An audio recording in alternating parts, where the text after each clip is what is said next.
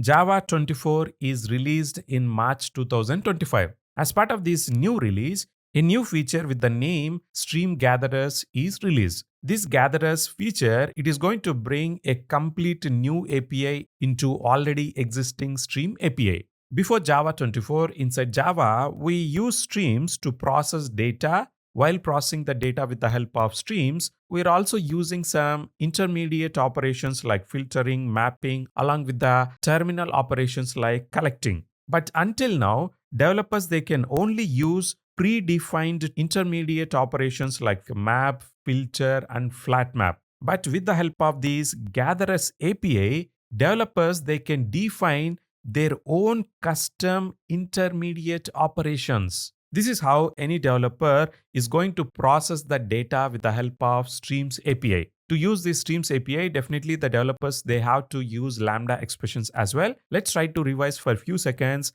how a data can be processed with the help of Java streams. As a very first step, a stream object has to be created. The stream that is going to be created as part of the step 1, it is going to represent some source data. It can be a list of elements or it can be a set of elements. Once we created a stream object, as part of the step 2, we are going to invoke one or more intermediate operations. Streams API, it is going to allow us to define any number of intermediate operations. The very first intermediate operation can be a map followed by filter, and the third intermediate operation can be a flat map. So this way, you can use any number of intermediate operations while you're processing the data. Once you're happy with the output of the intermediate operations, as a step 3, you need to invoke a terminal operation so that whatever data that is processed with the help of Streams API, the same can be cached inside an list or inside an variable. It is also possible to completely skip the step 2.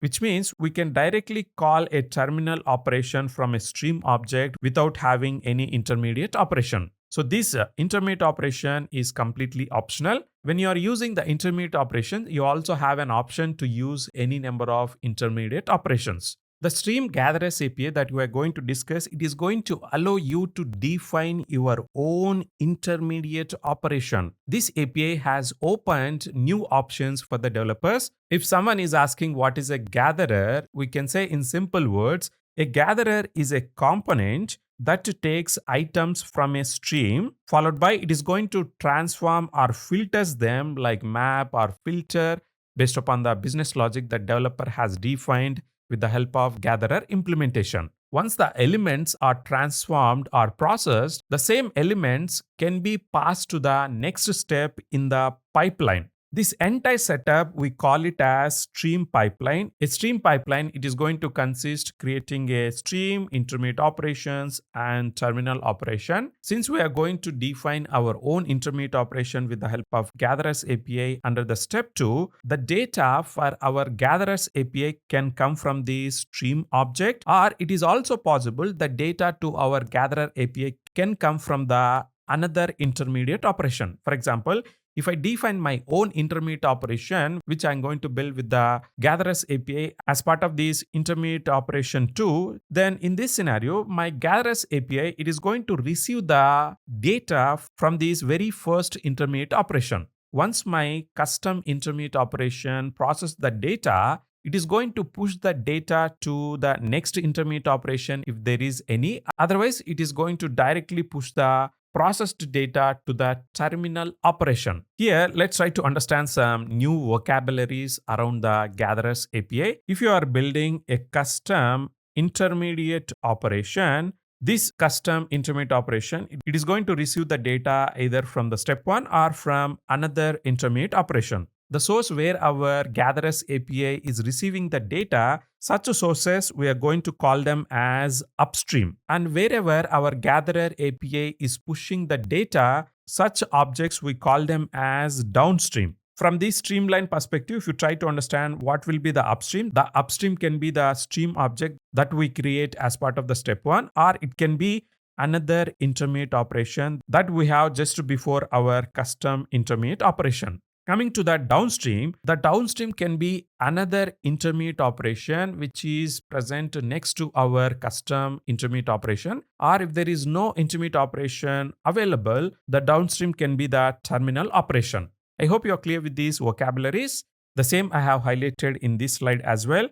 What is upstream, what is gatherer, and what is downstream. The gatherer API is built on two main elements, a gatherer interface, and we also have gatherer's factory class. This gatherer's API is heavily inspired from the collector API that we already have inside the Java ecosystem. Here, I'm trying to give an example on how to use the Gatherer API. I know it is too early and you won't understand anything from this code, but I just want to give you a glimpse. If something is not clear, don't worry. We're definitely going to discuss all these parts in detail in few minutes. Inside this code, if you try to understand, first, I'm trying to create a stream object with the help of Streams.of. And to this stream, I'm trying to pass two strings with the name Java and Python. So this will be my upstream for my Gatherer API. Whenever you want to use the Gatherer API, you have to invoke gather method that is newly introduced under the Streams API. This gather method, it is going to accept the implementation of your gather interface. Whatever logic that you're going to write by implementing the gatherer interface, it is going to represent your custom intermediate operation. To this gather method, I'm trying to pass my custom intermediate operation logic. For now, I know you're not going to understand any of this logic, but please make sure that you are clear on how to use the Gatherer API. To use the Gatherer API, you need to invoke a new method available inside the Stream API with the name gather. To the same, we can pass our custom intermediate operation implementation. Once our Gatherer API processes the data based upon our business logic, here it is going to push the data to the downstream. Here the downstream is this terminal operation, because here we are using the toList method, which is a terminal operation. If I have to compare the stream gatherers to a real life analogy, I would say this gatherers is like a middleman in a factory assembly line. The factory person, he's going to check or transforms every item before passing it to the next worker. Since now we have some basic understanding on Stream Gatherers API, as a next step, let's try to understand on how to create our own intermediate operations with the help of this API. There is a new interface with the name Gatherer introduced as part of Java 24. Let me open the same. We're going to explore this interface in detail. To check the same interface inside your IDE as well, you need to make sure you have downloaded the JDK24 and configure the same for your project. For example, inside my IntelliJ, I have configured JDK24. I can confirm you the same as well. Let me right click on this project and select Open Module Settings. Inside these settings, first I'll go to Project. Under this SDK, I make sure I have configured the JDK24. In your case also, you need to make sure first you're downloading the JDK24 by using this download JDK option, followed by you need to select the same under this SDK. Coming to the language level, you need to select the 24 stream gatherers. You will see these options only if you are using the latest version of IntelliJ. Please make sure you also updated your IntelliJ to the latest version. After the project, you should also go to the modules, and under the modules, please select the language level as project default. This setting, it will set the SDK24 as a dependency. The same we can confirm under these dependencies as well. Let me click OK. Whenever we want to define our own custom intermediate operation with the help of Gatherer API, we need to make sure we are defining our business logic by implementing this Gatherer interface. This Gather interface implementation, it is going to accept 3 input parameters. The T indicate what is the type of input element that your upstream is going to provide to your Gather intermediate operation. Whereas the second parameter, A, represents a mutable state. For the next few minutes, we are not going to focus on this mutable state. For now, let's ignore the same. The third parameter, which is R, it is representing the type of output element that your gatherer is going to push to the downstream. This gatherer is a functional interface. There is only a single abstract method available inside this interface. If you try to look for the list of methods inside this interface, you'll be able to see there is a single abstract method with the name integrator. How can I say this is an abstract method? If you see the method icon just before this integrator method name, it is not completely closed. It has some open space. This means this is an abstract method. The same we can confirm by looking at the signature of the method. Whatever core logic that we want to define as part of our custom intermediate operation that we are going to build with the help of Gatherer API, the same needs to be defined under this integrator. The name itself is self-explanatory. This integrator method, it is going to act as a integration piece between the upstream and the downstream. The return type from this integrator method is integrator interface. Let me open this interface. This is one other functional interface, which means to define our business logic with the help of integrator, we need to provide an lambda expression. So this integrator also, it is going to accept 3 input parameters. The first parameter, which is a mutable state. The second parameter represents that the type of the element that your integrator is going to receive as an input from the upstream. And the third parameter represents the type of the element that your integrator can produce and push into the downstream. Please make a note, the parameters are exchanged here. For your integrator, always the mutable state is the first parameter, whereas for your gatherer interface, the first parameter is always the type of input element followed by the mutable state. And at last, we have the type of element that we are going to push to the downstream. Don't get confused. Please make sure you are clear on the order of the elements for this gatherer interface and for the integrator interface. Apart from integrator component inside the gather interface, we also have other important components like initializer, combiner, and finisher. These 3 highlighted components, they are optional. They are created as default methods inside the gather interface. They're going to have some default logic. These 3 optional components also, they're going to play an important role while we are defining the business logic with the help of integrator. It is completely possible to define our intermediate operation by simply implementing the integrator component alone. But there are some common scenarios where you need to leverage this initializer, combiner, and finisher. We're also going to discuss about them in few minutes. But before that, let's try to understand how to create a simple intermediate operation with the help of Stream Gatherers API by leveraging this integrator component alone. Before I try to write some code, let me show you the methods corresponding to the initializer, combiner, and finisher. Inside the gatherer interface, there is a method with the name initializer. This is a default method. In the similar lines, we also have combiner as well. This component is also implemented with the help of this default method. And at last, we have finisher default method as well.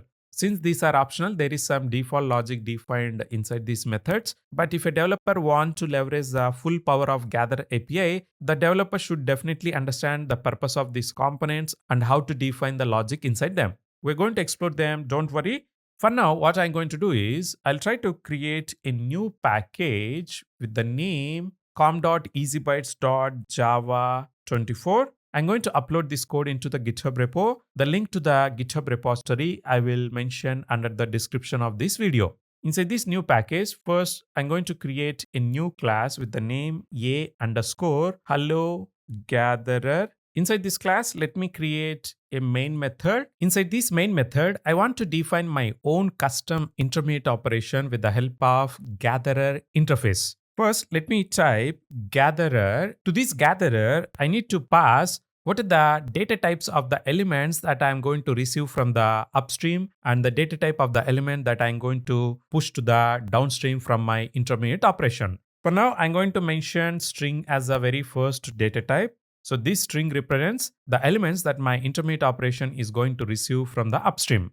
Followed by, I'm going to mention question mark. Second parameter represents the mutable state. We're going to talk about this mutable state in the upcoming parts. For now, let's keep it as wildcard, which means I'm telling to the compiler that this mutable state data type can be of any data type. And the last parameter I'm going to mention as string itself. Since I want to push string objects to the downstream, I'm trying to mention string here. It is not mandatory to define same data type for the upstream and downstream. We can define completely different data types as well. For now, let's go with the same data type. Followed by, I'm going to mention a variable name as Gatherer. And to this variable, we need to assign the implementation of Gatherer interface. This Gatherer interface, it is a functional interface because it has a single abstract method with the name integrator.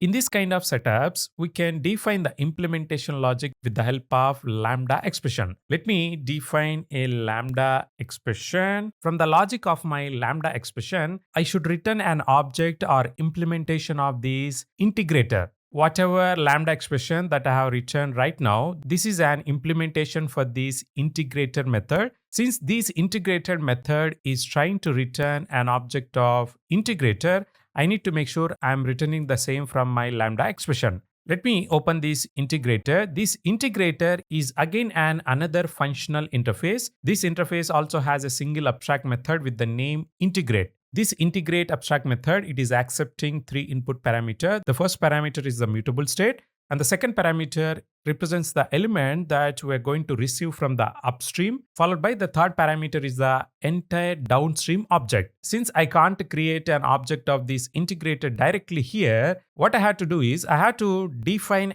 another lambda expression matching this abstract method signature.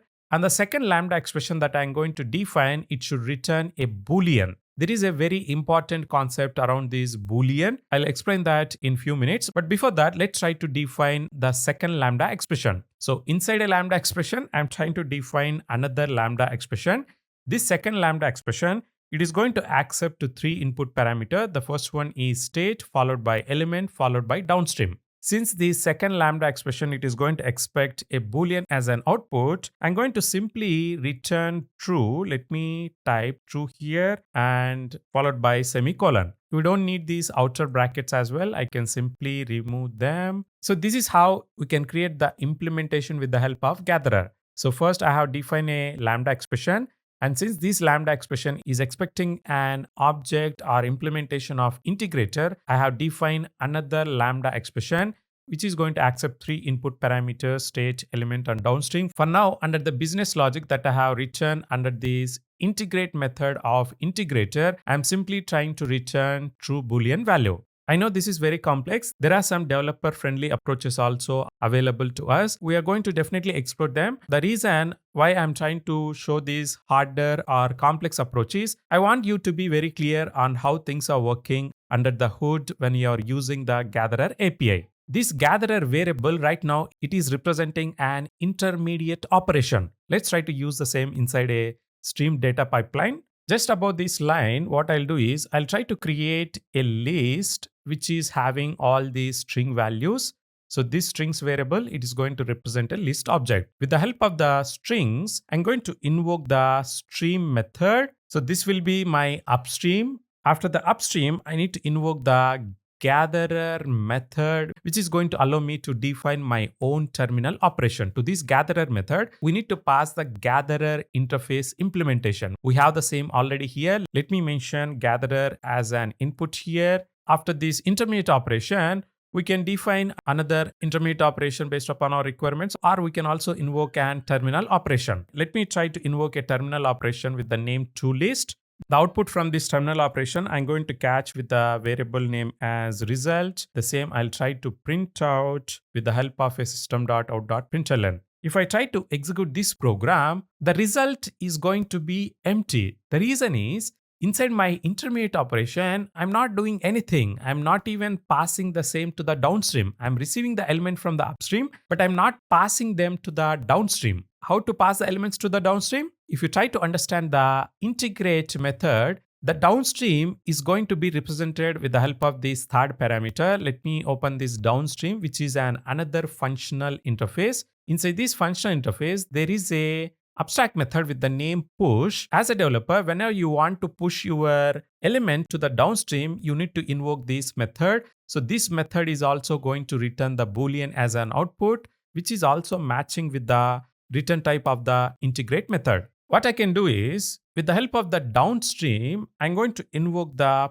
push method.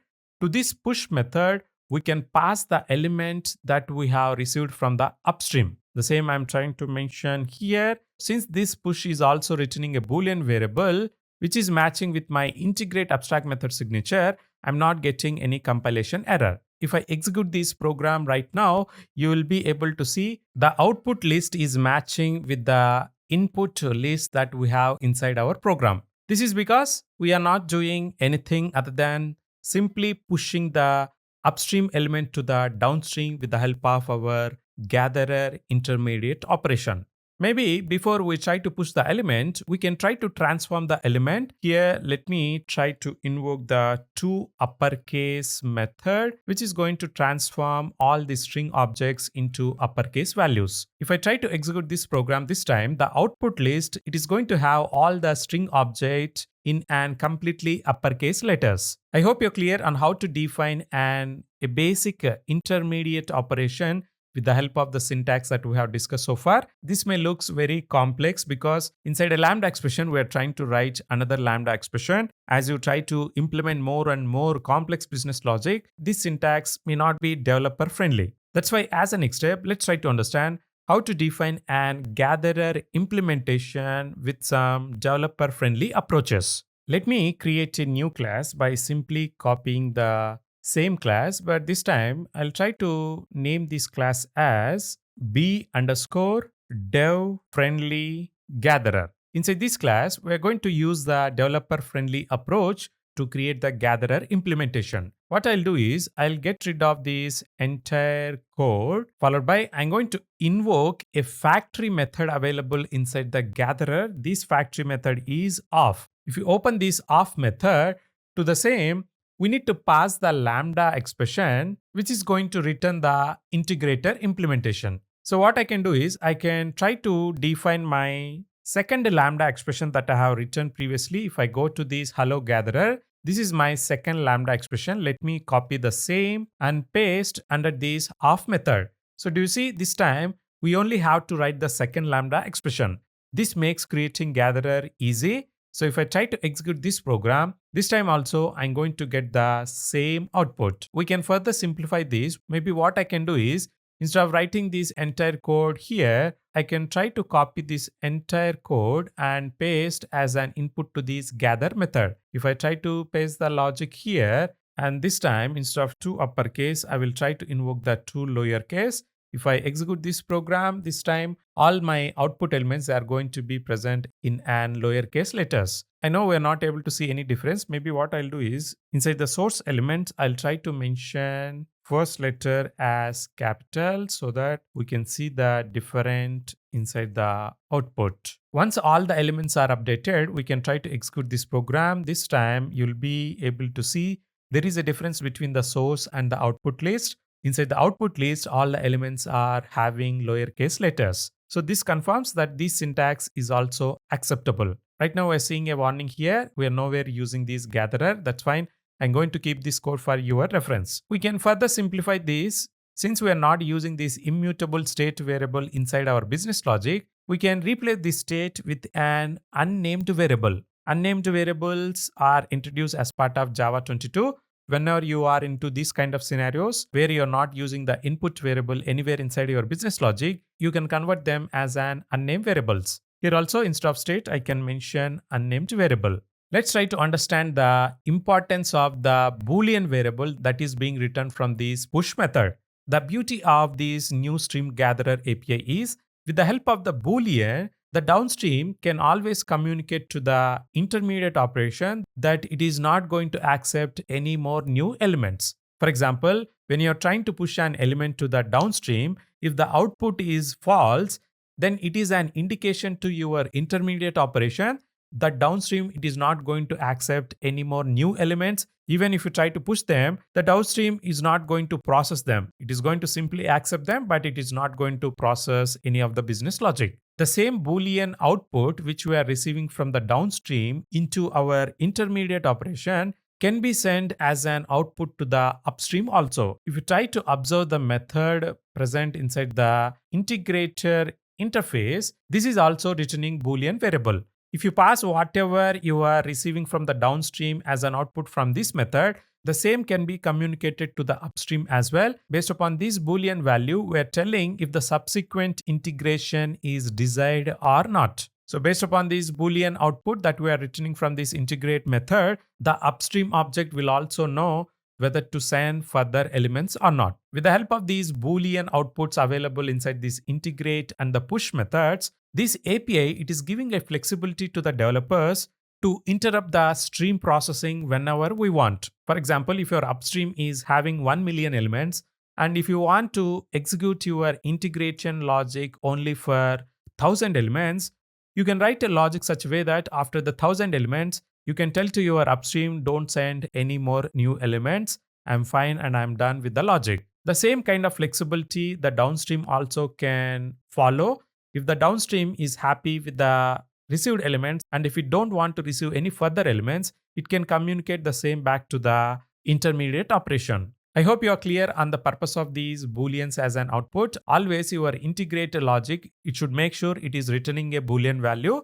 Based upon this boolean value only, the upstream is going to decide whether to send any further elements to the custom intermediate operation that you have defined with the help of Gatherer interface. We are going to see some examples focusing on these booleans alone in the upcoming parts. For now, let's try to build one more intermediate operation with the help of Gatherer API. Inside this new intermediate operation, I want to have both map and filter kind of logic. Before Streams Gatherer API, if you want to apply map and filtering logic, you have to invoke two different intermediate operations with the name map and filter. But right now, since we have some control on defining our own intermediate operations, we can try to have some fun by mixing the logic of map and filter into a single intermediate operation. What I'll do is I'll try to create a new Java class with the name c_map_filter_gatherer. Let me get rid of all this logic. I will simply have the gatherer logic, which I'm going to overwrite. The name of this gatherer I'm going to mention as filter and map gatherer. As of now, inside this gatherer, we are simply performing the map logic where we are trying to transform each of the element to the uppercase value. But apart from transferring the element, I also want to filter the elements based upon some criteria. If the filtering criteria is satisfied, then only I want to push the element to the downstream. Otherwise, I don't want to push the element. Since my business logic is going to have more than one line, I need to make sure I'm mentioning the curly braces. Inside these curly braces, I'll try to write some business logic. I'll check if element dot starts with A, then only push the element to the downstream. Otherwise, we don't want to push. So what I can do is I can try to copy this entire code and paste it here along with the return statement. If this if block is getting executed, we're trying to push the element to the downstream by transforming it with the help of these two uppercase. Whatever boolean that we are getting as an output from the push, we're trying to return the same to the upstream as well. For the remaining elements which are not starting with the A, I don't want to push them to the downstream, and I also don't want to perform any transformation logic. Instead, I want to simply return true. If I don't return this true, what is going to happen? The upstream, it is not going to send any new elements to my intermediate operation. So I should always make sure I'm returning a boolean value from my integrator logic. Here, if I mention false, the next elements will not be passed on to the intermediate operation that I have developed here. Our gatherer is ready. We can use this gatherer as part of a stream pipeline. First, with the help of Stream.of, I'm going to create an upstream which is going to have some values like apple, banana, avocado. After this upstream, I'm going to invoke the gatherer method. To this gatherer, I can pass my gatherer implementation by mentioning this filter and map gatherer. Towards the end, I can try to invoke the toList method. The output from this entire code, I'll try to catch with a variable name as result. Let me print this result onto the console so that we can verify the output. If I execute this program, we should only see apple and avocado, and this banana will get filtered. I'm executing this program. Inside the output, we'll be able to see apple and avocado in completely uppercase letters. Let's see what is going to happen if we try to return false here. With this logic, we are going to return the false as soon as we process this banana. After the second element, since we are sending this false, the third element is not going to be sent by my upstream to my intermediate operation. If I execute this program, I'm going to get only apple as an output. Of course, banana even though it is passed to my intermediate operation, due to this filtering logic, it is not going to be pushed to the downstream. I hope you're seeing the power of this Boolean. We're going to discuss more examples around this in the upcoming parts. In real projects, don't try to define some simple logic with the help of your gatherer. If some logic can be implemented with the help of the existing intermediate operations and terminal operations, please go ahead with them, because creating intermediate operations with the help of this gatherer, it is going to take some time, and you should also define the gatherer by following all these syntaxes. Go with this gatherer implementation only if you have some custom business logic which cannot be achieved with the already provided terminal and intermediate operations. Whatever examples that I'm going to show throughout these lectures, I'm trying to show them just to make you comfortable with the Gatherer API. Once you're comfortable with the Gatherer API, you can take the same knowledge into your real projects where you can build any amount of complex logic with the help of your custom intermediate operations that you're going to build with Gatherer API. So far, we explored on how to build an Gatherer by leveraging only the integrator. In the next slide, I provided more details around integrator. For example, what is a single abstract method that it has? What is the signature of it? What are the elements that it is going to accept as an input? What will be the output? Followed by, I also mentioned on how to create a sample gatherer by using of method inside this slide. In the next slide, I have an end-to-end example where I have built an identity gatherer. This gatherer, it is not going to do anything. It is going to simply accept the input from the upstream and push the same to the downstream.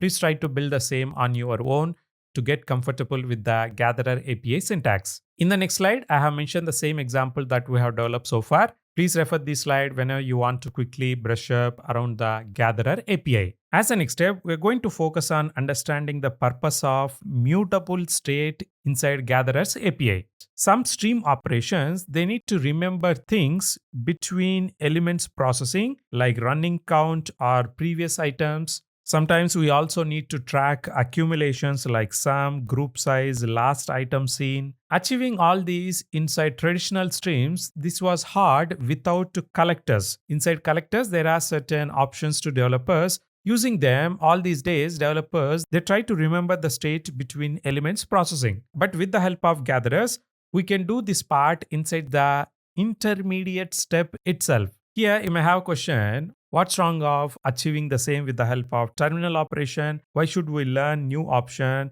where we can manage with the help of intermediate operation? That's a great question. Let's try to understand the same. When we are trying to process something with a terminal operation, as soon as the terminal operation is completed, you're going to get the output. On top of that output, if you want to process some more business logic, you need to again create the stream object. From the stream object, you need to again invoke the intermediate operation. Whereas if you're able to manage the state within the intermediate operation itself, you can happily invoke the next intermediate operation for the next business logic instead of following the lengthy approach of terminal operation. I hope you're clear with the advantages of intermediate operations. Now let's try to understand how this mutable state can be used inside the Gatherer's API. Mutable state is a variable that the integrator can use and update across elements processing. The initial value of this mutable state can be provided with the help of the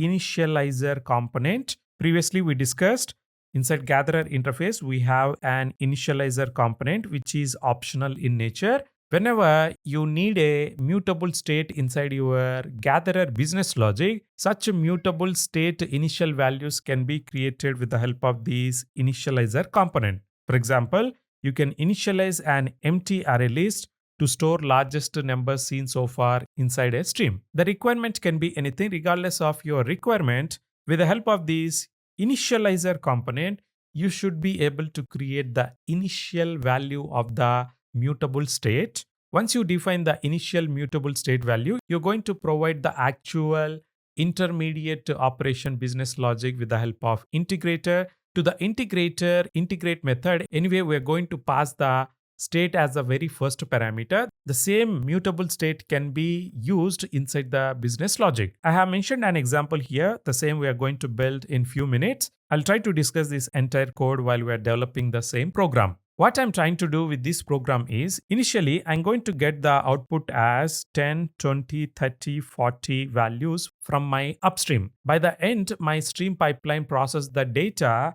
I want the output in this format. If you see, every element in the output, it is going to be calculated by summing with the previous element value. For 10, since there is no previous element, we are going to have 10 itself. Whereas for 20, we are going to add this 20 with the previous element, which is 10. And with that, we are going to have 30.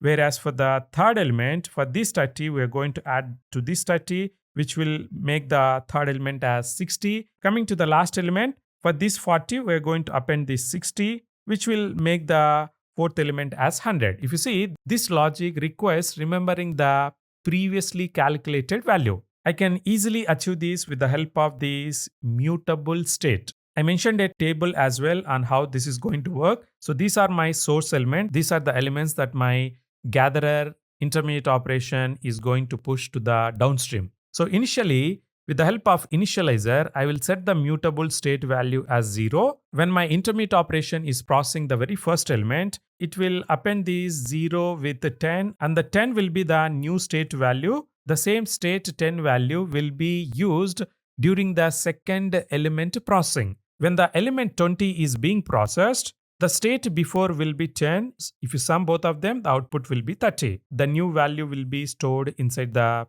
previous state. Along with that, we are also going to push the same to the output. So this way, each of the elements, they are going to be processed inside my intermediate operation. If you closely look at this program, this time, instead of invoking the of method, I'm trying to invoke the of sequential factory method.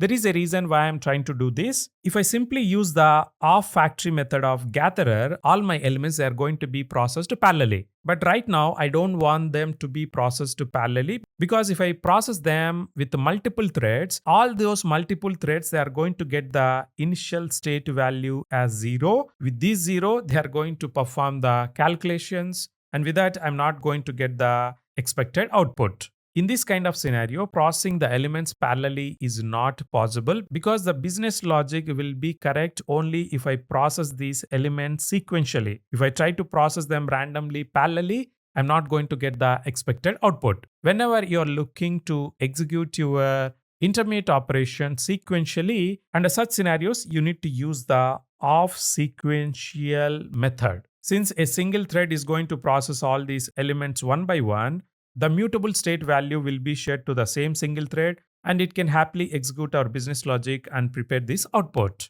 In case if there are some scenarios where you want to process the elements parallelly by using of factory method, you can also pass the state variable as well. But when you're trying to process the elements parallelly by providing a mutable state, under such scenarios, you should also take care of providing a combiner component, which is going to merge the output from all the multiple threads into a single value. We are going to discuss about this combiner and how to use mutable state while processing the elements parallelly in the upcoming parts. For now, let's try to focus on understanding on how to process the elements sequentially by using a mutable state with the help of these of sequential method. Let's try to build this program so that we will be clear with the demo as well. I created a new Java class with the name d_mutable state gatherer. Let me type Gatherer.of sequential. There are multiple overloaded methods of sequential. I want to invoke the method which is going to accept an initializer followed by the integrator logic. If I open this of sequential, there is a overloaded method which is accepting a supplier and integrator. Let me click on the same. This of sequential,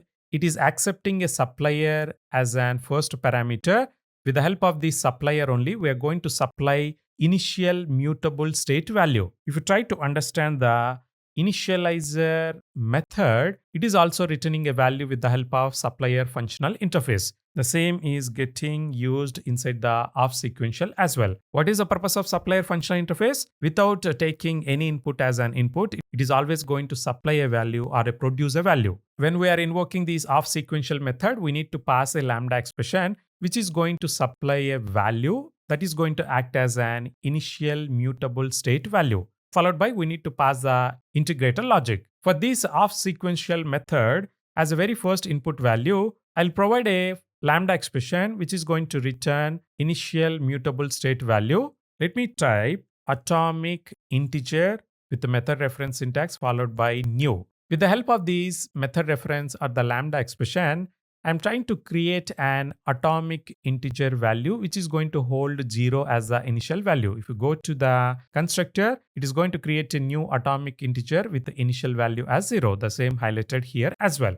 Here you may have a question why I'm trying to create an int value with the help of this atomic integer. Why I'm not using normal integer. The reason is integer is an immutable class. Whenever you want to change a value inside this integer object, a new immutable object is going to be created, which is going to create some issues inside our business logic. We want to maintain a state variable that can be muted inside our business logic. Since integer objects cannot be muted, I'm trying to use atomic integer. The data inside the atomic integer can be changed because it is a mutable object. Once we supply an initial value for our mutable state value, we need to pass the integrator lambda expression as well. The integrate, it is going to accept the state as the very first parameter followed by element. After the element, we are going to have downstream. Let me bring this to the next line. As part of this lambda expression, I'm going to write some business logic to achieve this output. Maybe here instead of element, I'll name this variable as number, which I'm going to receive from the upstream. To calculate the output, every time I need to add the state and number that I'm receiving. So the state is an atomic integer. With the help of the same atomic integer object, I need to invoke a method add and get. This method, it is going to accept an int as an input. The same I'm trying to pass by using the number. And this method, it is going to return a new int value. Along with that, the newly calculated int value will also be stored inside the state object. Let me catch the newly calculated int value with a variable name as updated. The same updated I need to push to the downstream. Let me type return downstream dot push updated. Whatever boolean value that my push is going to return, the same I'm trying to return from my integrator as well. Here we are getting a compilation error because we have not defined the input data types for our gatherer. Let me catch the output with a gatherer and I'll mention the upstream element data type as integer followed by question mark for the mutable state. And the last parameter also I'm going to define as integer because we are trying to push the int values to the downstream as well. Let me mention the variable name as cumulative sum, and with this, the error that we have is resolved. If required, instead of mentioning this wildcard for the mutable state, we can also mention atomic integer, which is matching with the supplier return type. So now I have the gatherer ready. I can use this while building my stream pipeline. First, with the help of stream.of, I'm going to provide all my int values like 10, 20, 30, and 40. Followed by, we need to invoke the gather, and to this gather, we can pass cumulative sum, and towards the end, we can invoke either terminal operation or some other intermediate operation as well. Here, I will try to invoke toList, and the output I'm going to catch with a variable name as result. Let me print the output onto the console with the help of system.out.println. Let's hope for a valid output. I'm trying to execute my program. Hooray! We got an expected output, which is 10, 30, 60, and 100. I hope you're clear on how to use mutable state value inside your gatherer intermediate operation. Always, you need to make sure to provide the initial value of the state with the help of the supplier, followed by you can provide your integrator logic. In the upcoming parts, we are going to discuss on how to use the mutable state when we are trying to process the elements parallelly with the help of the of factory method. For this business logic, if you try to use of, you're going to get compilation errors because the gatherer, it is expecting you to provide a combiner component as well, which is going to combine all the output from the multiple threads. But right now, since we have not defined the combiner component inside our gatherer, we are getting this compilation error. Let me roll back to the of sequential. Please make sure to execute this program in your local as well so that this concept will be clear for you. The next component of stream gatherers that we're going to focus is finisher. Providing this finisher is also optional, just like Initializer, but there are certain scenarios where you should definitely provide finisher. Let's try to understand what are those scenarios and what is the purpose of this finisher. As I said before, the finisher is an optional part of a gatherer that is called after all elements have been processed by the stream. Whatever logic that you're going to define inside the finisher, it is only going to be executed once. Even if your gatherer is trying to process 1 million input elements from the upstream, still the logic inside the finisher is going to be executed only once. With the help of this finisher, we can flush out any remaining data from the mutable state.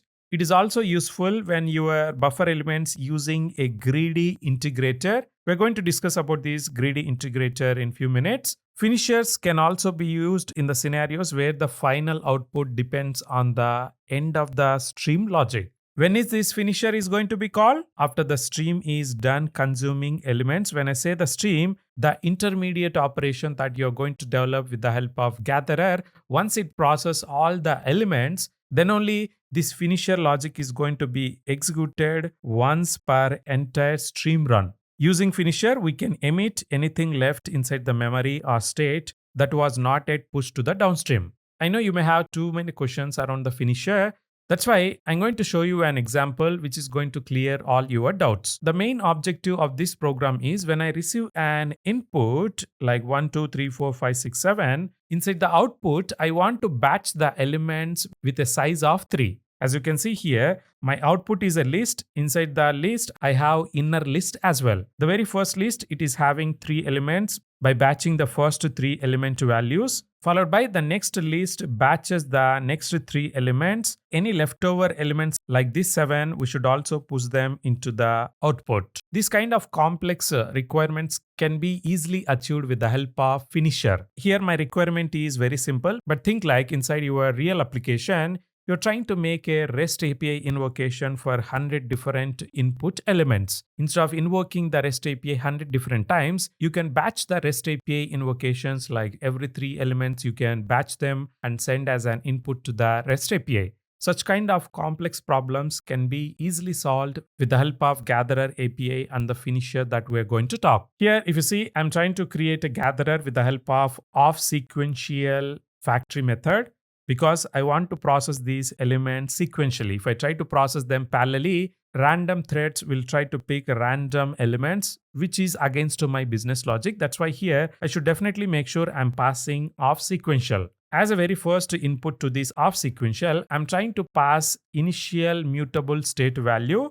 Using a supplier lambda expression, I'm trying to pass an empty array list. As a second input parameter, I'm trying to pass my integrator logic. Inside the integrator logic, the state is being represented with the help of this buffer, followed by the upstream element is going to be represented with the help of this item. And at last, I also have downstream. So first, whatever item that I'm going to receive from the upstream, I'm going to add to the buffer. Whenever the buffer size or the array list size is equal to 3, I'm going to push my entire buffer with the help of one more array list to the downstream. Once the pushing is completed, I'm going to clear the buffer. And towards the end, I'm trying to return the true so that the next elements from the upstream will be passed to my integrator logic. With this logic, what is going to happen?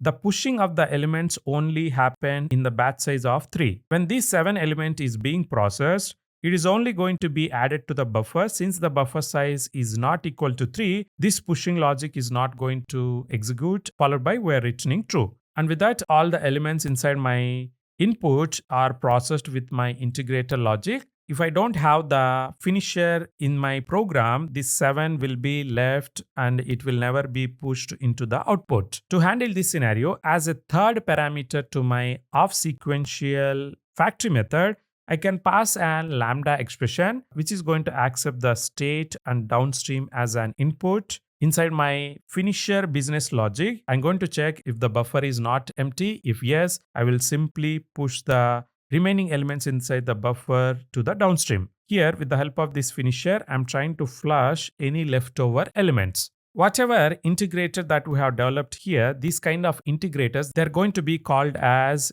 greedy integrator. Let's try to understand why they are called as greedy integrator. A greedy integrator is an integrator that may consume multiple elements from the upstream before pushing anything to the downstream. They are called so because they greedily pull the elements from the upstream without immediately sending them downstream. Anytime if you build an integrator which is not pushing the elements one by one, instead of pushing the elements one by one, if the integrator is accumulating the elements and try to push them to downstream in a batch, such integrators we can call them as greedy integrator. Greedy integrators, they are going to allow us to hold on to the elements inside an internal state, push only to the downstream when we are ready, like after collecting n items, implement complex patterns like windowing, batching, delaying the push until a certain condition is met. But when you are using greedy integrators, you need to make sure you are manually handling the last remaining elements by using a finisher as we saw in the previous example. Let's try to implement this logic using a Java program. I created a new Java class with the name e_finisher_gatherer. This is how I'm going to receive the input, and this will be the output that I'm expecting. First, let me create a gatherer. To this gatherer, I will mention integer as the first data type because from my source, I'm going to receive the elements of type integer, followed by the data type of my mutable state will be list of integer, and to the downstream, since I'm going to push the elements as a list, I need to mention list of integer as the data type for the downstream. Let me import this list. I will mention the variable name for the gatherer as batch gatherer. Let me first import Gatherer.of sequential. As a very first parameter, I'm trying to pass a brand new array list. So this will be my supplier. Instead of writing a lambda expression, I can also use the method reference. As a second parameter, I'm going to pass my integrator logic. First, let me mention the state variable name as buffer, followed by item. After the item, I'm mentioning downstream variable name. Inside this lambda expression, I'll write some business logic. I'm going to paste few lines of code just to save some time. Whatever logic that we have discussed previously, the same I have mentioned here. Maybe we can try to execute this program without finisher and we'll see what is the behavior. Once we saw the bug inside the output, we can try to implement the finisher as well. I'll try to create an stream with the help of stream.of. To the same, I'll try to pass the input by mentioning all these integers. With the help of this stream, I'm going to invoke the gather, and to this gather, I'll pass batch gatherer as an input, and towards the end, I'm trying to invoke toList method. The output I'm going to catch with the help of var result. Let me print the same onto the console with the help of this system.out.println. If I execute this program, I'm going to get this output. Inside the output, the 7 is completely ignored because we didn't handle that inside our business logic. This bug can be handled by providing a finisher to our gatherer. Let me go to the gatherer interface. Inside the gatherer interface, we have a method with the name finisher. By default, it is going to have some default logic. If you see, the return type from this finisher should be always a by consumer. We should pass 2 parameters as an input. The first parameter will be your intermediate state, followed by the downstream object. Let's follow the same syntax and build a finisher for our gatherer. I'm defining a lambda expression for by consumer interface. The first parameter will be buffer, followed by downstream. Inside the lambda expression business logic, I will check if the buffer is not empty. If yes, please push the remaining elements in the buffer into the downstream by using this new array list of buffer. Now, if I execute this program, this time we are going to get the expected output. I'm showing many examples. In all these examples, I'm trying to use only gatherer, which is a single intermediate operation. With this, don't be under the assumption we can only use a single intermediate operation while using Gatherer API. It is perfectly possible to use any number of intermediate operations. For example, here, just before this gatherer, I can define another intermediate operation with the help of map. To this map, I'll try to provide an lambda expression where I'm accepting the input and multiplying the input with the 2. the newly calculated values will be fed to this gatherer intermediate operation. I have written a map intermediate operation which is going to double each of the element, followed by I'm trying to invoke my gatherer intermediate operation. In this scenario, for my gatherer, this map will act as a upstream, and the downstream can be another intermediate operation, or it can be a terminal operation. As of now, we are trying to use a terminal operation, but if required, you can have another intermediate operation which is going to act as a downstream for your gatherer. Let me save this and execute the program, and you can see we received expected output. So far, we discussed the basic concepts of Gatherers API. As a next step, let's try to understand how to build the parallel gatherers. In the same process, we're also going to explore about the combiner optional component that we can provide while we are building an intermediate operation with the help of Gatherers API. By using parallel gatherers, we should be able to process our elements inside our intermediate operation in multiple threads. Java provides different ways to define parallel gatherers depending on whether we want to use internal state inside our business logic. If you're not using any internal state inside your business logic, then building parallel gatherers is very simple. Otherwise, you need to take care of merging all the internal mutable states that you are receiving from multiple threads before pushing the output to the downstream. On a high level, there are three different flavors that we can use to build the parallel gatherers. The very first flavor is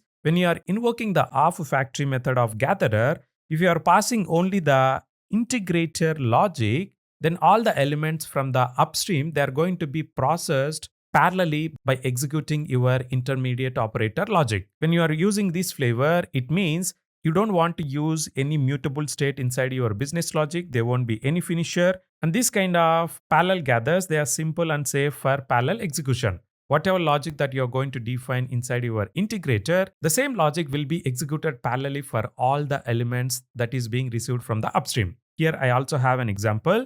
I created a gatherer with the name event filter. Inside this gatherer logic, I'm just checking whether given input element is divisible by 2. If yes, then only push the element to the downstream, otherwise don't push the same. Here, the logic inside my intermediate operator can be executed parallelly and independently. Since there is no dependency on the mutable state, I don't have to provide any combiner as well. We already saw the demo of this flavor. Please remember always the thumb rule is if you are using the of factory method from the gatherer interface, behind the scenes, the gatherer logic is going to be executed parallelly by using multiple threads. In case if your business logic does not support parallel processing, and if you want to make sure to run the logic sequentially one by one, under such scenarios, you need to make sure you are using the of sequential factory method. Let's move on to the second flavor. The second flavor is along with the integrator, you can also pass the finisher logic as well.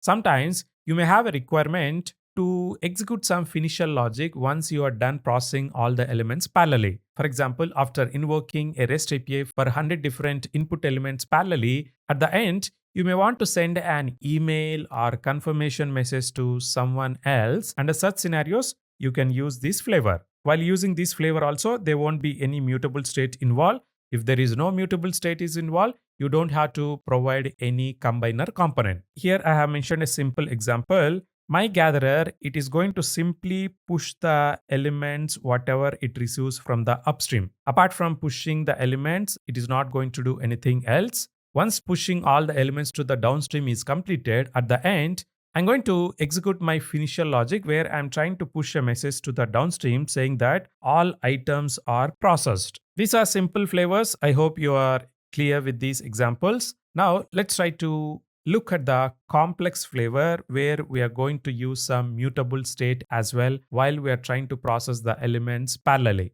As you can see, this flavor, it is going to accept an initializer using which you can provide an initial mutable state value followed by integrator logic. As a third parameter, you should also provide combiner component logic. I'll explain the purpose of this combiner in few seconds. And towards the end, we should also provide the finisher logic as well. We need to use this flavor when you want to inspect or transform elements parallelly by using a mutable state value. Here I have an example where I'm trying to provide an initial int value 0 with the help of the object of atomic integer. Whatever initial value that I'm trying to provide with my initializer, the same initial value will be fed to all the multiple threads that are going to execute my integrator logic. For example, if your integrator logic is being executed by 3 different multiple threads, the same initial mutable state value like 0, 0 will be set to all the threads. By using these initial state value,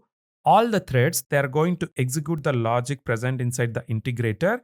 Inside my integrator logic, I'm trying to simply add the given input number to the initial state value. So if you see, I'm trying to invoke add and get method, and to the same I'm passing the input received element which is number. The output will be saved into the sum state object, and towards the end I'm trying to return the true.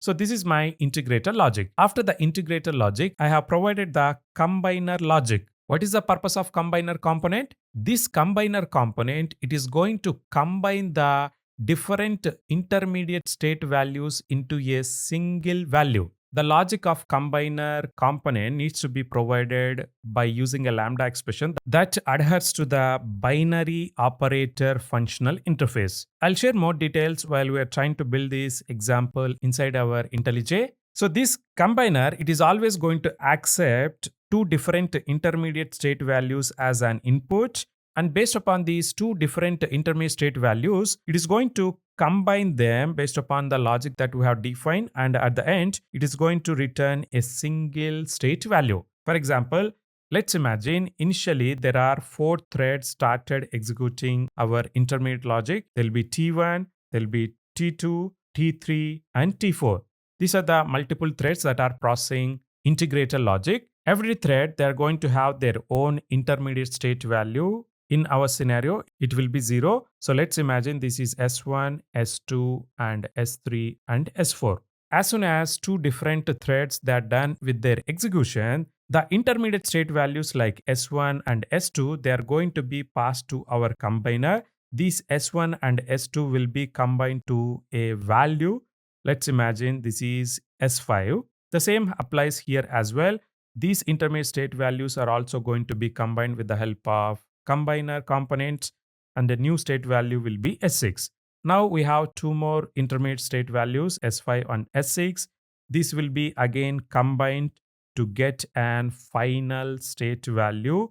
The same final state value will be fed to the finisher component. If you see, at last we are trying to define a finisher. So this sum represents the total sum value that is calculated by all the multiple threads along with the combiner component. This sum we are trying to push into the downstream with the help of this code.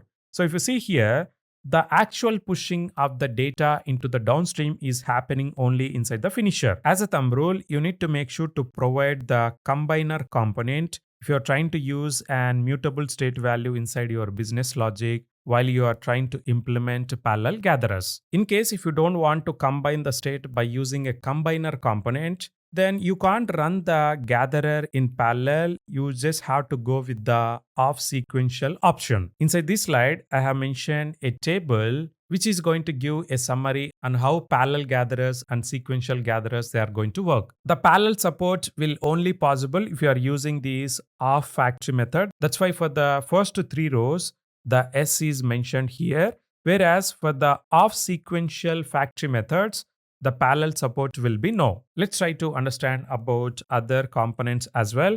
If you are using off factory method with simple integrator logic, there won't be any mutable state, there won't be any finisher, and there won't be any combiner. Whereas for the next flavor where you are trying to provide finisher as well, in this scenario also there won't be any mutable state, there won't be any combiner, but there will be a finisher. Whereas if you are using this third flavor, mutable state, finisher, combiner, parallel support, all of them, they are going to be present.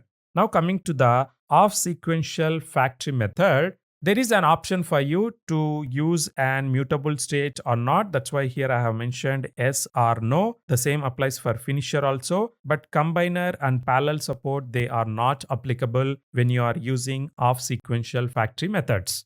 To see the demo of parallel gatherers, I have created a class with the name f_parallel_gatherer. Under this main method, first I'm going to create a gatherer which is going to accept integer as a first data type, followed by I can mention question mark conveying that I'm fine with any data type for my mutable state. And at last, I'm trying to mention integer again, which is the data type that I'm going to push to my downstream. Let me mention the variable name as parallel sum. Here, I need to invoke the Gatherer.of factory method. To this of factory method, as a first input parameter, I'm going to pass my initializer implementation. Let me type atomic integer with the method reference new followed by new operator. So this is going to create an mutable state of type atomic integer that holds an initial int value 0. After the initializer, I'm going to write my integrator logic. Let me first catch the variables with the name sum, number, and downstream. Inside the business logic of my integrator, I'm going to write a couple of lines where I'm trying to get add and get method with the help of sum, and to this method I'm trying to pass number as an input. We're getting some compilation errors, don't worry. By the time we develop this gatherer completely, all the errors will get resolved. After the integrator, as a third parameter, we need to provide combiner component as well. Let's go to gatherer interface and look for a method combiner. This combiner abstract method, it is expecting an lambda expression implementation that adhere to the binary operator. What is binary operator function interface? It is going to accept two input values and return a single output value. The data type of the input and the output will be the same. By adhering to this binary operator, let's try to build a lambda expression as a third parameter to the of factory method. I'll mention the variable names as s1, s2. Inside the business logic of lambda expression, I'll simply invoke the same add and get method and return the s1 object. Since this add and get method, it is going to accept int value as an input, we need to make sure we are invoking this get method by using this s2 atomic integer object. Towards the end, I need to define the finisher as well.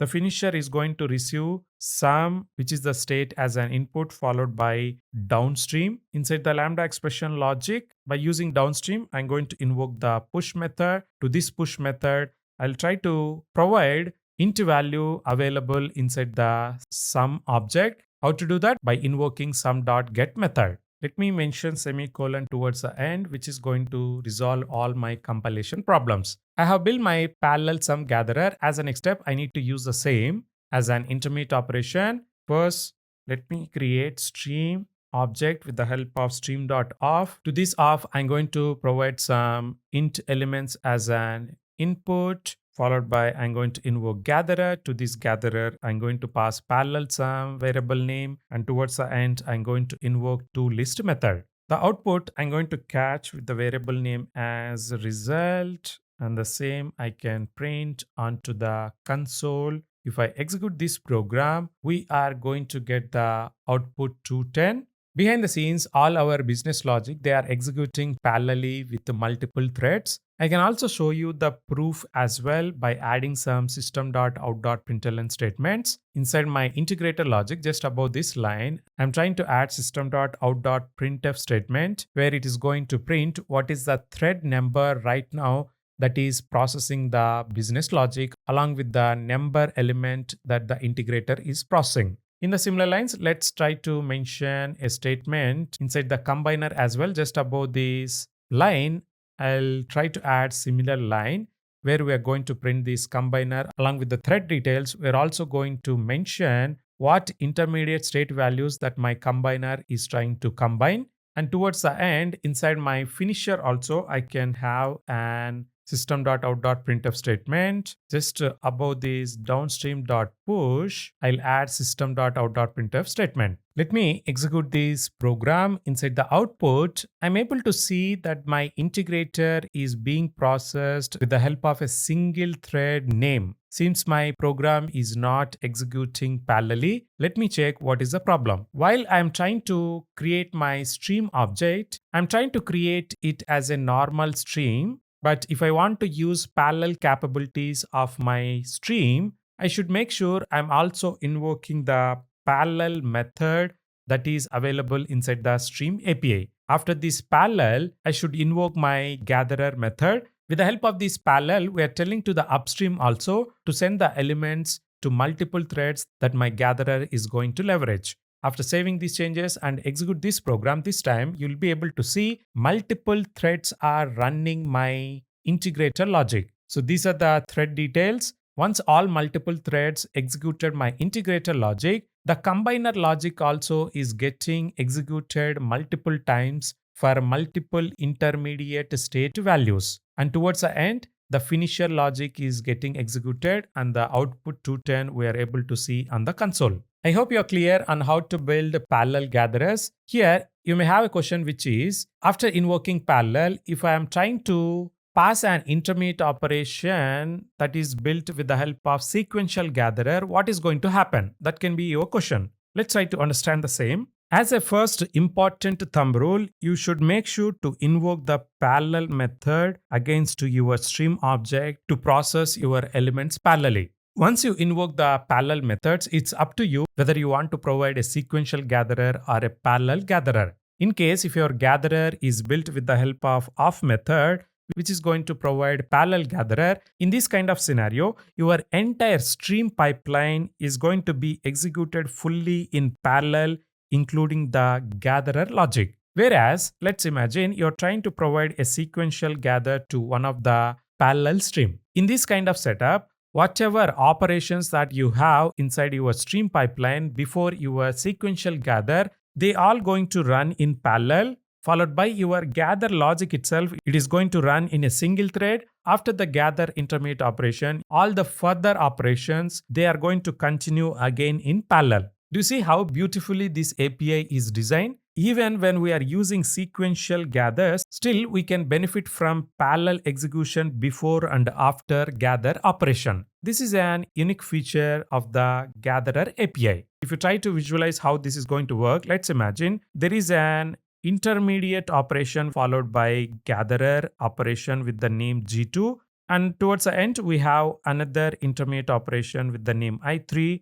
In this kind of setup, the very first intermediate operation, it is going to be processed with the help of multiple threads. Once this I1 is executed, when coming to the gatherer intermediate operation, it is going to be executed as a single thread. Once the gatherer logic is executed, again the intermediate 3 operation, it is going to be executed parallelly by using multiple threads. This is how it is going to happen behind the scenes. When we are processing data with the help of Gatherer API, it is also going to give an flexibility or an option to the developer to interrupt the stream processing whenever developer wanted based upon certain business logic. We know that the integrator logic that we are going to define, at the end of the day, it has to return a Boolean.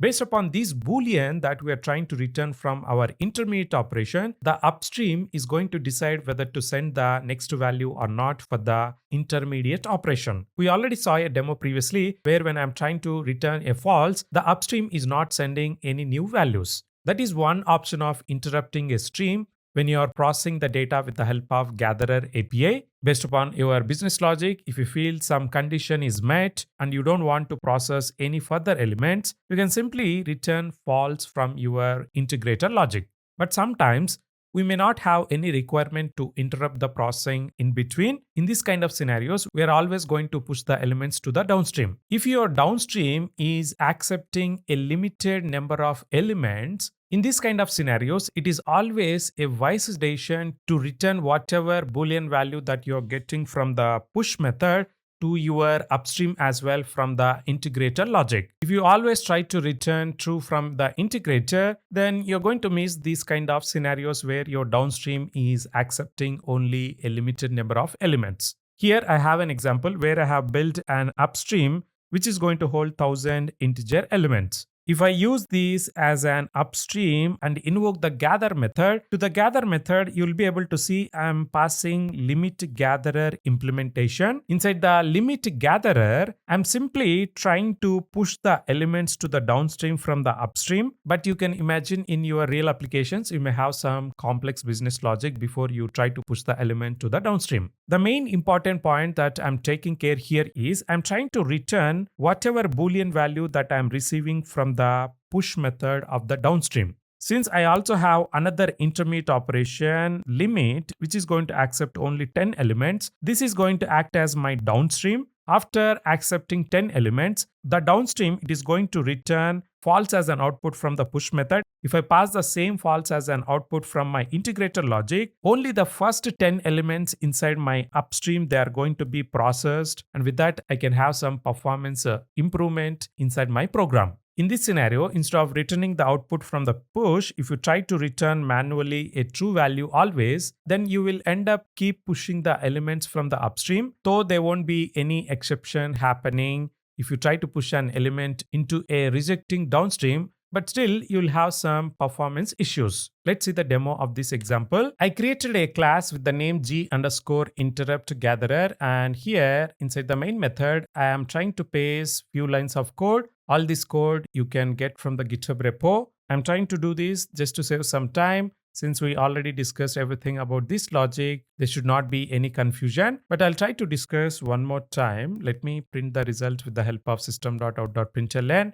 At the very starting of the main method, I'm trying to create a list that is going to hold 1000 integer values. Using the same large list, I'm trying to invoke the stream method followed by gatherer. To the gatherer method, I'm trying to pass limit gatherer. Inside the limit gatherer, I have written the logic just to push the elements to the downstream. I'm not trying to execute any other logic. After the gather intermediate operation, I'm trying to invoke one more intermediate operation with the name limit. So this is going to act as a downstream. Since this downstream has some restrictions to accept only 10 elements, this downstream will start sending the Boolean value as false after 10 elements. If you return the same to the upstream, we will save some performance. I'm going to execute this program. Since I had the system.out.println statement inside my integrator, we can easily identify how many elements are being processed by my integrator logic. Let me execute this. As you can see, only the 10 elements are processed, and towards the end, all these 10 elements are pushed to the downstream. That's why we are seeing this list as an output.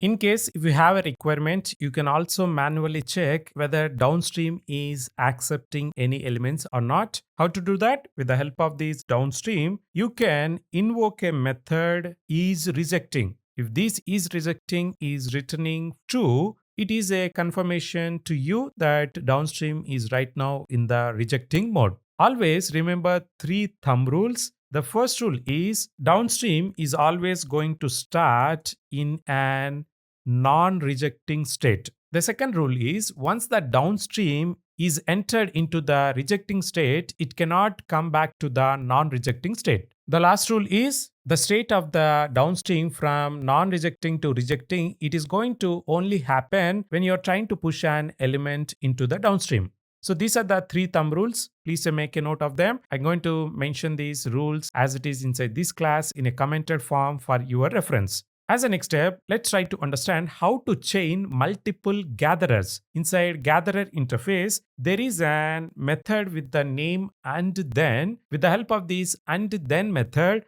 we can chain multiple gatherers. Let me create a new Java class with the name h_chaining gatherer. First, let me define a main method. Inside this main method, I'm going to define 2 different gatherers. These are simple gatherers that I'm trying to create just for our demo purpose. The first gatherer, it is going to accept integrator logic. Inside the integrator logic, I'm trying to simply push the element to the downstream after converting the string element to an completely uppercase value.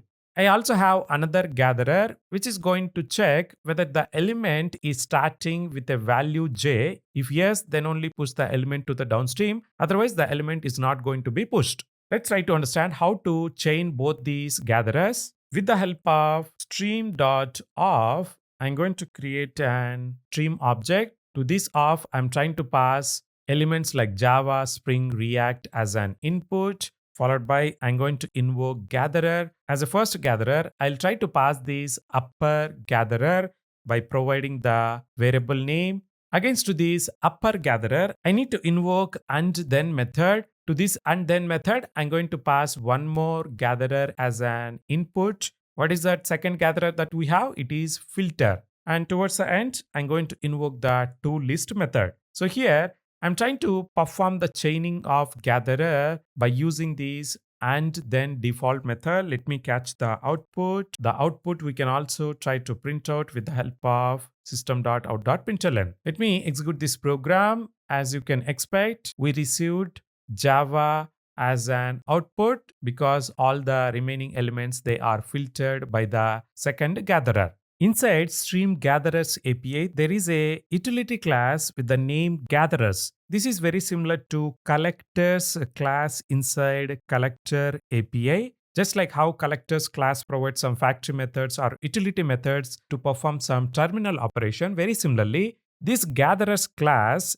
it is having 5 factory methods with the name fold, scan, mapConcurrent, windowFixed, and windowSliding. By using these factory methods, if your business scenario is matching with the logic that these methods they are going to handle, then you can happily use these factory methods instead of writing your own intermediate operation with the help of Gatherer API from scratch. As of now, this class has only these 5 methods, but I'm assuming this list is going to grow in the future versions based upon the recommendations from the developer community. Let's try to understand the purpose of each of these methods, under which scenarios we can use them instead of writing the Gatherer API implementation from scratch. Fold is like a reduce method in streams. This fold is also accumulates value from a stream into a single result. But there is a difference between fold and reduce. Fold is going to support the execution in an ordered and sequential manner. It is not parallel friendly. You need to use the fold especially when combining the values cannot be parallelized.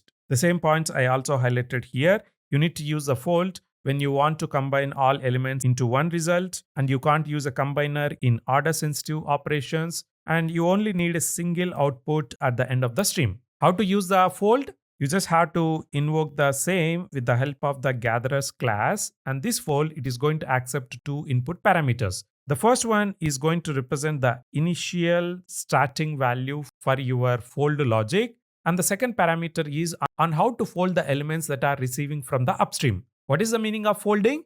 Folding is nothing but accumulating the values into a single value. Let me show you an example so that it is going to make more clear to you. Here I have an upstream with the elements like 10, 200, 3 and 45. I don't want to calculate the sum of these elements. Instead, I want to check how many numbers are there in each element, and by the time I execute my entire gatherer logic, I want to display the total numbers. For example, this 10 has 2 numbers, 200 has 3 numbers, and this has 1 number, and this has 2 numbers. The output that I'm expecting is 8. Let's try to understand how to achieve the same with the help of fold method. As you can see here, first, as usual, I need to invoke the gatherer method. To this gatherer method, I need to assign the return type of the fold method. So that's why I need to invoke gatherers.fold.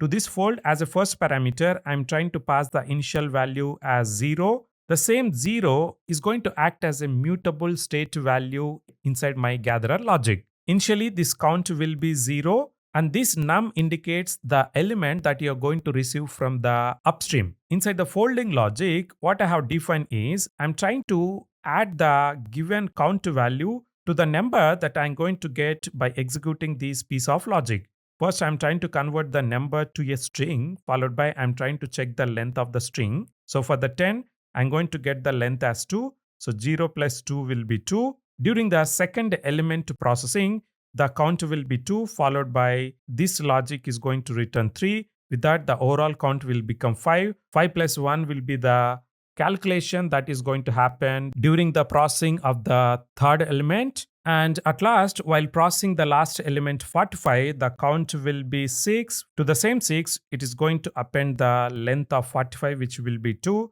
With this, the final outcome that we are going to get is 8. The same we can try to catch by invoking this find first method. If you try to print out these total digits, you're going to get optional of 8 as an output. I'm not going to show you the demo of all these programs that I'm going to discuss inside this lecture because all these are self-explanatory. In case if you are interested, you can find these examples inside the GitHub repo that I have shared. After the fold, we have scan method. Scan is like very similar to fold, but instead of producing only final result, this scan it is going to emit intermediate result at each step. You can think this as an running total or a progressive reduction. Let's imagine I have an input stream that is going to hold 1, 2, 3, 4.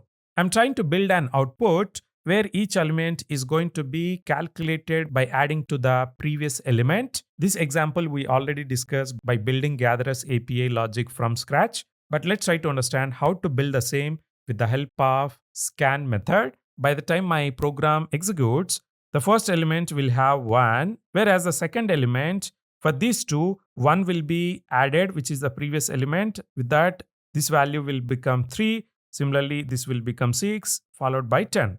As usual, first, with the help of this stream object, I need to invoke the gather method. To this gather method, we need to assign the return type from the scan method. So once you invoke this gatherers.scan, this scan method is also going to accept 2 input parameters. As part of the first parameter, you need to provide what is the initial mutable state value. The second parameter will be a lambda expression, using which you need to define your scanner logic. This is my lambda expression, which I'm trying to pass as a second parameter. As you can see here, the first parameter sum, it is going to represent the state value that my Gatherer API is going to use during the processing of the elements. The second parameter, which is next, it represents the element that is being injected from the upstream. Inside my lambda expression logic, I'm trying to simply add sum and next. The output of this addition will be returned from this lambda expression. Since a scan is going to emit the intermediate results at each step, behind the scenes, Gatherer API, it will take care of pushing the elements to the downstream. So here, what is the downstream? Since I'm using this toList as the terminal operation, this terminal operation is going to act as a downstream. That's why I need to catch the output by using list of integer. If I try to print out these running sums, I'm going to get this output. I hope you're clear when to use fold and scan. If you're looking to calculate a single result value by processing all your elements, then go for the fold.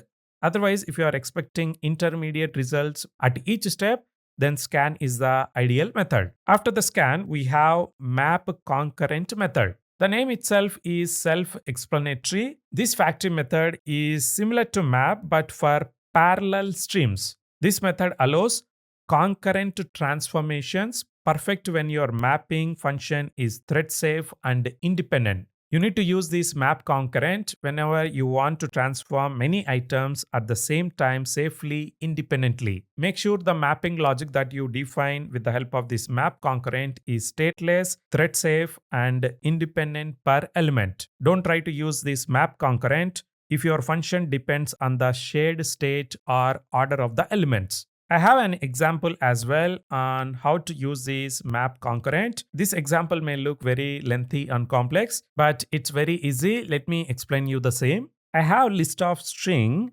Inside this list, I have lengthy strings as each element. As you can see, there are 5 different sentences or articles present inside my source list. What I'm trying to achieve with the help of this program is I want to calculate number of words inside each article or inside the each string that I have inside my source string. And towards the end, I want to display the word count against each article. This is my source list. Using the same, I'm trying to invoke the parallel stream method. Parallel stream method is a shortcut. Instead of invoking stream.parallel, we can directly invoke this parallel stream method. With the help of this parallel stream method, I'm trying to start my stream pipeline with a parallel setup. As we discussed previously, we should use this mapConcurrent only when we are trying to process the elements parallelly. So that's why please make sure you are marking your stream as parallel when you're trying to use mapConcurrent. From the stream object, I'm trying to invoke the gather method. To this gather method, I need to assign the return type from the mapConcurrent method. With the help of the gatherers, I'm trying to invoke the mapConcurrent method. This mapConcurrent method, it is going to accept two input parameter. The first parameter is an int value which represents what is the maximum concurrency that we want. Here I have defined 10. That means a maximum of 10 different threads, they are going to execute my business logic. As a second parameter, we need to pass a lambda expression using which we need to define our mapper logic. When I say mapper logic, this logic will have what we are trying to achieve with the element that we are going to receive from the upstream. This is a simple lambda expression. With the help of this article, which is the element that is going to be injected from the upstream, since this article is a string data type, I should be able to invoke the split. To the split, I'm trying to pass a regex expression. This regex expression is going to help to identify all white spaces inside my string. So based upon the white spaces, the entire string will be splitted. For example, Java will become one string followed by is followed by a. All the individual words that are separated by space, they're going to be splitted, and with the help of the length, I'm trying to identify how many number of words are there inside a given string or a given article. The length I'm trying to return from my lambda expression, the same will be pushed to the downstream by the Gatherer API behind the scenes. At last, as you can see, I have defined two lists which is going to act as a downstream. Whatever int values that are going to be pushed by my lambda expression, I'm going to catch with the help of this list of integer.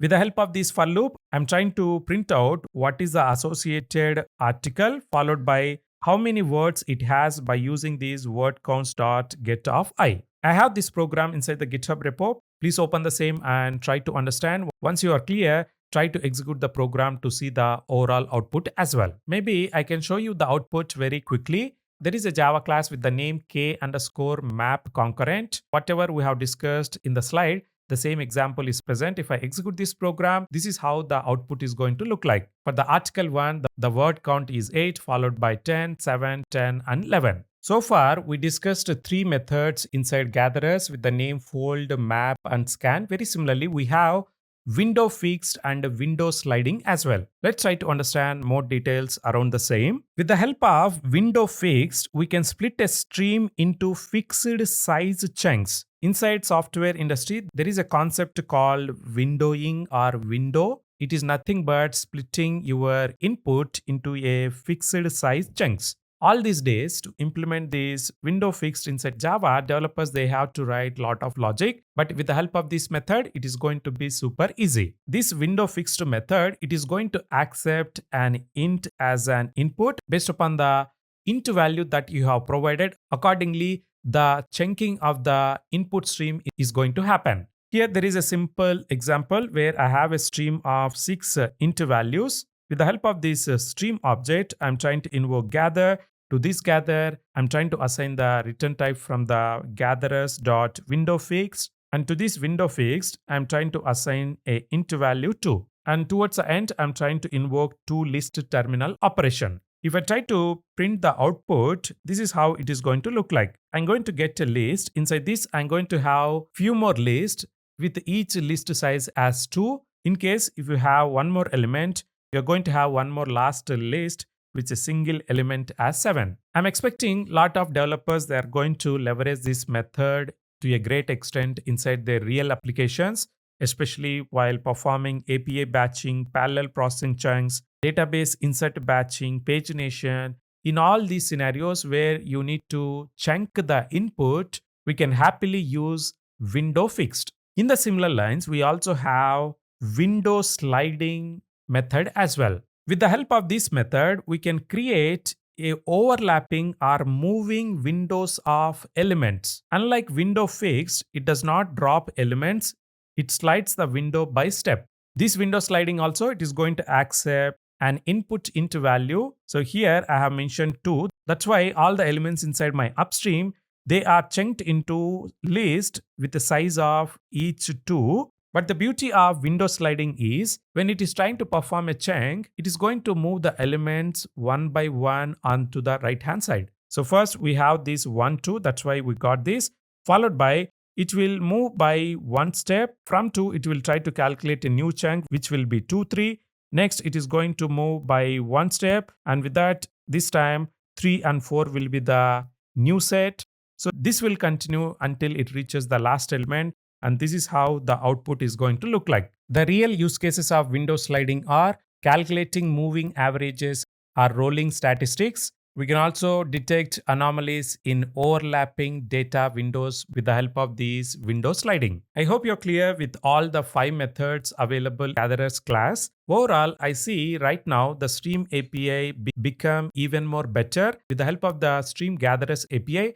Now the developers has flexibility to build their own intermediate operations. For simple use cases, don't try to build your own intermediate operation because that is not required. We have enough intermediate operations like map, filter, flat, and so on. If your problem is unique and it cannot be solved by the existing intermediate operations, then you can happily build your own intermediate operation with the help of Gatherer API.